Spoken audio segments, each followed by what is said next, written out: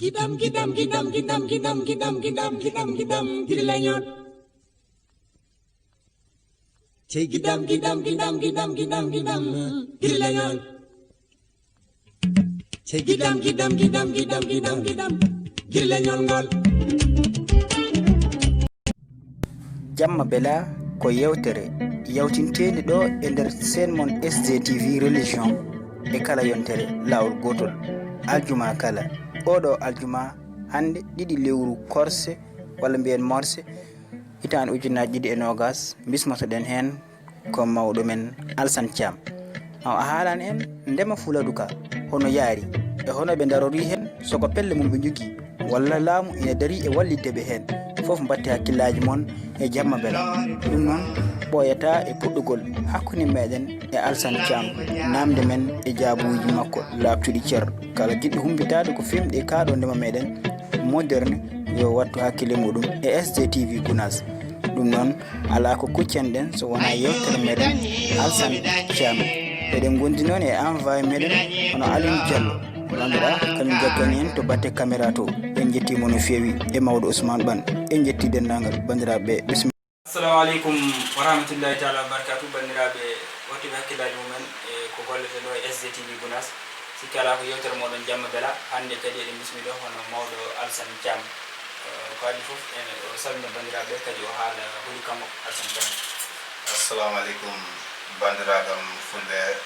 wona fulɓe foof peddotoɓe radio ngol min calmini ɗum min mbiya ɗum assalamu aleykum wa rahmatullahi taala wa barakatuh eyyi ɗum ɗo de alhamdulillah min mbiyade weɓani amen tawede ha ɗo e nokku mon invité den eyyi ko noon tigui enen foof nandi ko mawɗo Alsan salmini dendagal sukaɓe Gounass TV joni joni en jokkat tan e namdademo ko ganduɗa kisam hisuma ngu ko femti e kiltiriɗo kiltiro mbiyen hono ndema joni ka ganduɗa ko ɓamti leyɗele kewɗe yoga leyɗele men afi kadi ko département he o jeeya ko e Belingarade ko on département o jeeya kadi en jeeyi ɓuuri hutorade ɗum hande o kanko hoore makko omo jeeya hen ko gana ndemowo gana e hen Alsan mi nawnuma ko holno daron ɗon toon e banggue département o to batte remde ndema ɗum ɗon hen.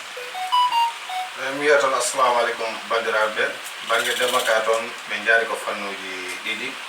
banggue laamu nan toon banggue koye men kadi ko wona jiiɗani laamu ngu min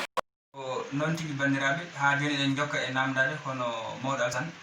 mawɗo Alsan ndema ka beele laamu ine dari e wallide on hen walla ko onon tan mbaɗi pelle mum banggue oɗon jokki ndemal mon. eyyi ndemal ngal o ɓuuri hewde ko minen darmi hen koye men wona laamu ngu ɗum ɗon ko yettol ndungu natata tan men ndema ko Allah wawni amen kono banggue laamu ngu min ɓuurani en te hebde gueɗal goha eyyi ɗum noon min mbiya tan yo sukaɓe wonɓe toon ɓe heddiɓe ɓe yo bakkilo ɓe ganda ko ndungu ngu tan ceeru ngu min jeeya ɗum noon ndemal ngal min jiiya hen sens amen no fewi ɗum noon yoɓe bakkilo hen joni noon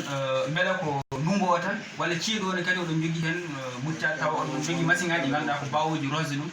tawa ko ganduɗa ko kaɓurde bawɗe remde e nder ceeɗu oɗon jogui ɗum walla ko ndungu ha ndungu tan ndemoto. eyyi won faroji gonɗi toon ɗum ko laamu ngu heedi hen sa windaki hen a wawata dañde parcelle aji ma goto walla ɗiɗi walla tati ko Allah yetma tan mbawata dañde toon ɗum noon sa daranaki kadi a heɓani darantoɗo a wawata dañde ɗum ɗon eyyi kono reme ceeɗu ngu kam beele so ndemi ha timmi eyyi beele so tawi on ndemi ha ɗum soñgol yonti on coñi ɗum on keɓata caɗele to batte yeygol ɗum en gueɗe banno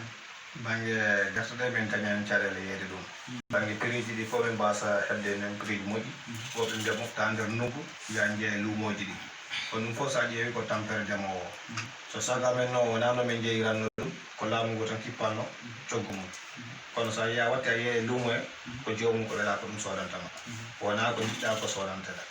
ko ɗum noon tampini ndema fuladu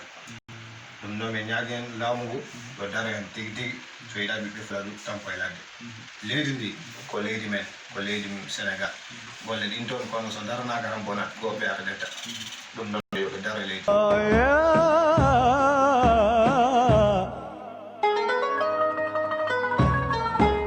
جل الذي سواك يا مصطفى محلاك يا مصطفى محلاك أنت حبيب طبيب الروح روح العزيزة فداك